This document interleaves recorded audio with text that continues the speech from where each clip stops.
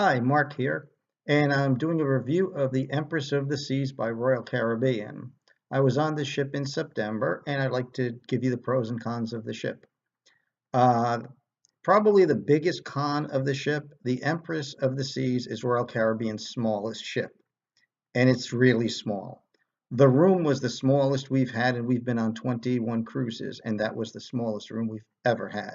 The room was slightly larger than the bed, and I mean that. There was no room to walk around, and that was probably the most negative. Also small was the casino.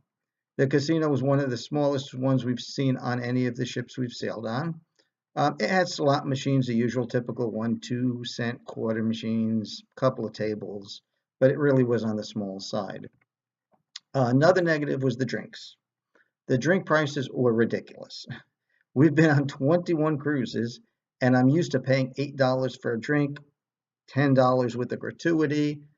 With Royal Caribbean, the drinks are $10. With the gratuity, they're $12. I think it's overkill to charge $24 for 2 drinks. I just think that's ridiculous. Now on the pros. One thing they do let you do is they allow you to bring 2 bottles of wine on board during the embarkation.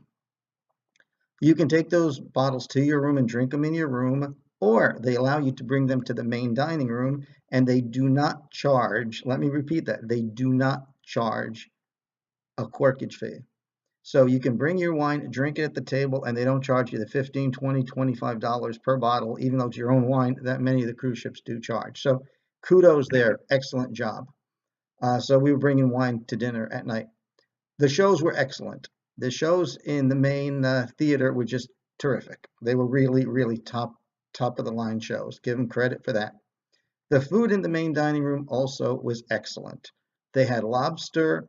They had beef prime rib. I mean, it was really good. So I would rate the food excellent. The shows excellent. Bringing in your own wine, excellent. No charge there. Definitely small ship, small rooms, expensive drinks, and very few bars. I think at any given time there were like 3 bars on the entire ship. There was one lounge which was closed till like 11 p.m. at night, which was such a waste. The middle of the ship, they were doing little shows. It's called the Centrium, and it's really literally the staircase. And they would do like one of their workers would have a singing off contest where guests would go there and sing. And if you wanted to watch, you had to just stand there in the middle of the ship. So there's no place to sit. It really wasn't good. The price of the cruise was reasonable. The food was excellent. Would I go back? No. The ship was way too small. There was no lounges to sit in, nowhere to have drinks, no entertainment other than the main shows. It was lacking a lot of things. It did have hot tubs. It did have a small, small pool.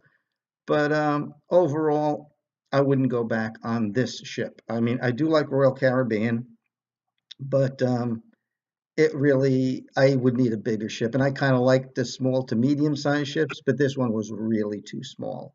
So that's my review of the Empress of the Seas. If you should have any questions, feel free to comment. Thank you.